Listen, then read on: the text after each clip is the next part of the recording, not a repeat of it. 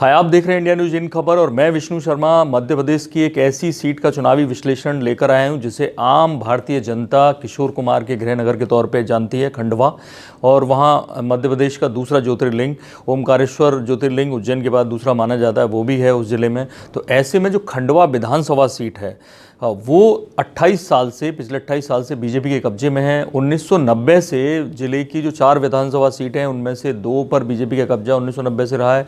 अभी भी चारों सीट बीजेपी के पास हैं। ऐसे में 2 बड़े दिग्गज प्रदेश के 2 प्रदेश अध्यक्ष रह चुके हैं। अरुण यादव कांग्रेस के प्रदेश अध्यक्ष रह चुके हैं और नंद कुमार चौहान बीजेपी के प्रदेश अध्यक्ष रह चुके हैं। दोनों इस जिले से ताल्लुक़ रखते हैं, दोनों को हटा दिया गया था और दोनों के ऊपर बड़ी जिम्मेदारी है कि एक बार फिर से नंद कुमार चौहान का, तो क्योंकि बीजेपी की चारों सीट उनके पास है, अरुण यादव चाहते हैं कि यहाँ कांग्रेस की अच्छी सीटें आएँ और इसके लिए खंडवा सीट पर भी, क्योंकि सिटी की सीट है, इसलिए उनका जोर ज़्यादा है। कुल 2,46,000 वोटर्स हैं सीट पर और देवेंद्र वर्मा पिछले 2 बार से लगातार यहाँ जीत रहे हैं।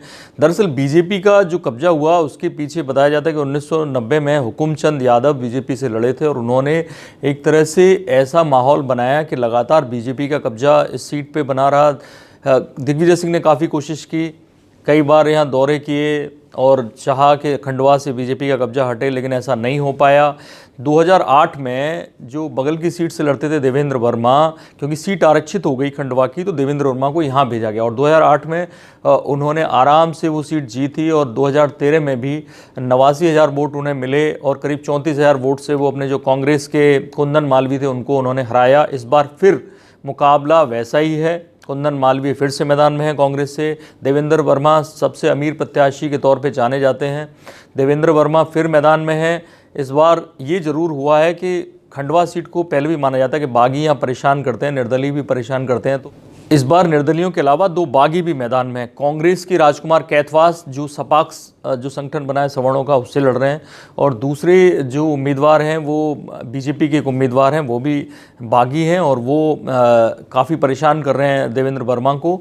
ऐसे में आपके उम्मीदवार भी मैदान में पहली बार यहाँ उतरे हैं और इसके अलावा बसपा हमेशा से 4 से 5,000 वोट लेती रही है। बसपा के भी एक एडवोकेट चुनाव मैदान में है।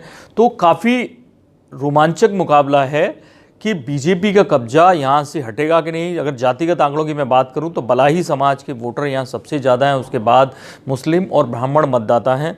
लेकिन क्योंकि बगल में ज्योतिर्लिंग है और धार्मिक शहर थोड़ा सा माना जाता है, बीजेपी का कब्जा कई दिनों से और देवेंद्र वर्मा वहाँ पर मेहनत भी करते रहे, तो ऐसे में ये मुश्किल होगा कि बीजेपी को, जो कि पिछले चुनाव में वो 35,000 के करीब वोट से जीते थे, उनको हटा दिया जाए आसानी से। लेकिन अरुण यादव ने पूरा जोर लगाया हुआ है। ऐसे में देखते हैं कि नतीजे क्या आते हैं।